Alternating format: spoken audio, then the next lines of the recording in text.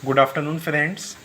This is me, Mohammad Zaman Farshudi, back again with a new video on the new topic AIDS.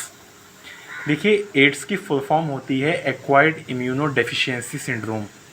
Syndrome का meaning ये होता है कई सारी बीमारियों के सिम्टम्स का एक साथ आ जाना। ये जो एड्स का सिंड्रोम होता है ये एक वायरस के द्वारा होता है, जिस वायरस का नाम होता है HIV, human immuno deficiency virus.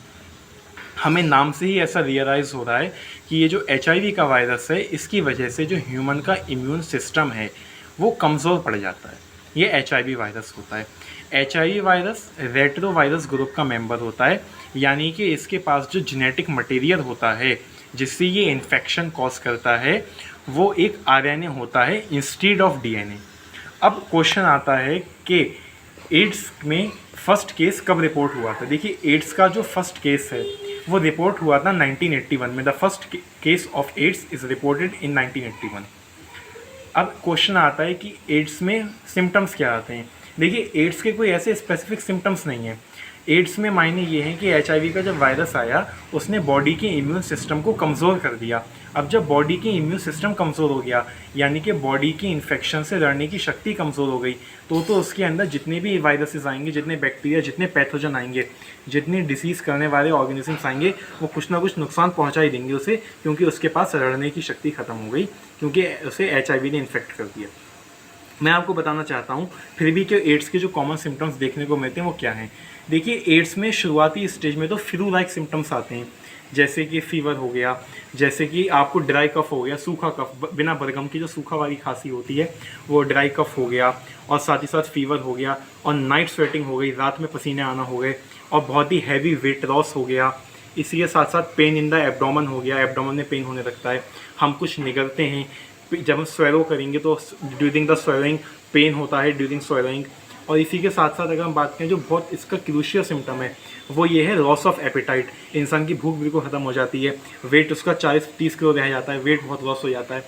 अब जो मेन क्वेश्चन है वो ये है कि एड्स की जो डिसीज़ है इसकी डायग्नोस्टिक टेस्ट क्या है, किस टेस्ट से हम इस बीमारी को डायग्नोस करेंगे। देखिए, ये जो एड्स की बीमारी है इसका डायग्नोस्टिक टेस्ट होता है एराइसा। एक एराइसा की किट आती है, उससे टेस्ट होता है। एराइसा की फुल फॉर्म है एंजाइम लिंक्ड इम्यूनोसॉल्वेंट एसे। पूरे इंडिया में, ये पूरे वर्ल्ड में मैं कहूँ, एक 1 दिसंबर वर्ल्ड एड्स डे के तौर पर सेलिब्रेट किया जाता है स्कूल्स में, कॉलेजेस में, और बहुत ज़्यादा नुक्कड़ नाटक वगैरह स्ट्रीट्स में हम देखते हैं होते हैं, जिससे हम एक सोशल कैंपिंग जारी कर सकें, जनता को, पीपल को अवेयर कर सकें कि एड्स के बारे में कैसे बचाव किया जाए। तो जो ऑर्गेनाइजेशन पूरे साल 1 दिसंबर को ये सारी कैंपेन कराती है तो और लोगों को इंस्पायर करती है, एड्स से बचने के लिए अवेयर करती है, उस ऑर्गेनाइजेशन का नाम है नेको, नेशनल एड्स कंट्रोल ऑर्गेनाइजेशन। देखिए, ये जो नेशनल एड्स कंट्रोल ऑर्गेनाइजेशन है, इस नेको का भी अपना एक लोगो होता है। उसमें जो ए होता है नेको में, वो एक रेड क्रॉस रिबन के साथ रैप होता है, और वो रिबन आप देख सकते हैं मेरे हाथ में है। ये नेको के लोगो का बहुत ही एक सिंबॉलिक रिबन होता है, जो नेशनल एड्स कंट्रोल ऑर्गेनाइजेशन का रिबन होता है। हम कई बार देखते हैं जहाँ पे नेको की कोई ना कोई अवेयरनेस चल रही होती है, ये सिंबल देखने को मिलता है। अब सबसे इंपॉर्टेंट बात आती है जो मैं बताना चाहूँगा, the most crucial part of this video is this, कि क्या क्या ऐसी चीज़ें हैं जिनसे एड्स स्प्रेड होता है और क्या चीज़ें ऐसी हैं जिनसे एड्स स्प्रेड नहीं होता है। देखिए, जब भी फ्लूइड्स का डिस्चार्ज होगा, जो बॉडी फ्लूइड्स होते हैं, जैसे ब्लड का डिस्चार्ज होगा, सीमन का डिस्चार्ज होगा, तो एड्स एक फ्लूइड से होने वाली बीमारी है। और ये जो HIV की बीमारी होती है ना, ये बीमारी नॉन क्यूरेबल है, लाइलाज है, इसका इलाज नहीं हो सकता, ट्रीटमेंट नहीं हो सकता। बट हम कैसे बचाव कर सकते हैं और किन चीज़ों से ये होता है।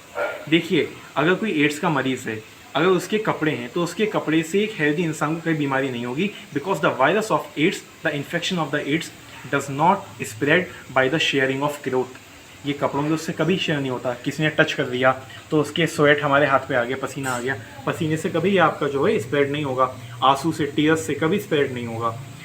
स्प्रेड किस चीज़ों से होगा? क्या यूरिन से होगा? नहीं होगा। क्या फिशेस से होगा? नहीं होगा। ये स्प्रेड कैसे होगा? ये स्प्रेड होगा अगर एक मदर है और उस मदर को ब्रेस्ट फीडिंग चल रही है, अपने वो न्यूबॉर्न बेबी को, अपने इन्फेंट को ब्रेस्ट फीड कर रही है, और अगर वो मदर HIV इन्फेक्टेड है तो उसकी ब्रेस्ट फीडिंग से उसके इन्फेंट में तो आ सकता है। सेकंड बात कैसे आता है? ड्यूरिंग प्रेगनेंसी, अगर एक मदर को एड्स है तो उसके फीटस को ड्यूरिंग प्रेगनेंसी ये बीमारी हो सकती है। थर्ड टॉपिक क्या आता है, जो एड्स के पेशेंट होते हैं वो जो नीडल्स का यूज़ करते हैं, वो सिरिंजेस का यूज़ करते हैं, उन सिरिंजेस से अगर एड्स का पेशेंट है उसकी सिरिंज हम यूज़ करेंगे तो चांसेस हैं एड्स होने की। बस मेरा इस वीडियो को बनाने का मकसद ये था कि एड्स जैसी बीमारी से बता दूं किन चीज़ों से होती है, किससे नहीं होती है। कभी स्वेट से नहीं होगी, कभी यूरिन से नहीं होगी, कभी फेशिस से नहीं होगी, कभी टीयर्स के शेयर होने से नहीं होगी, कभी कपड़ों के शेयर होने से नहीं होगी। और ये एक सेक्सुअली ट्रांसमिटेड डिसीज़ है, इसी वजह से हम इसको एक STD कहते हैं कि ये सेक्सुअली ट्रांसमिटेड डिसीज़ है। Thank you so much everyone for listening me. Have a nice day ahead.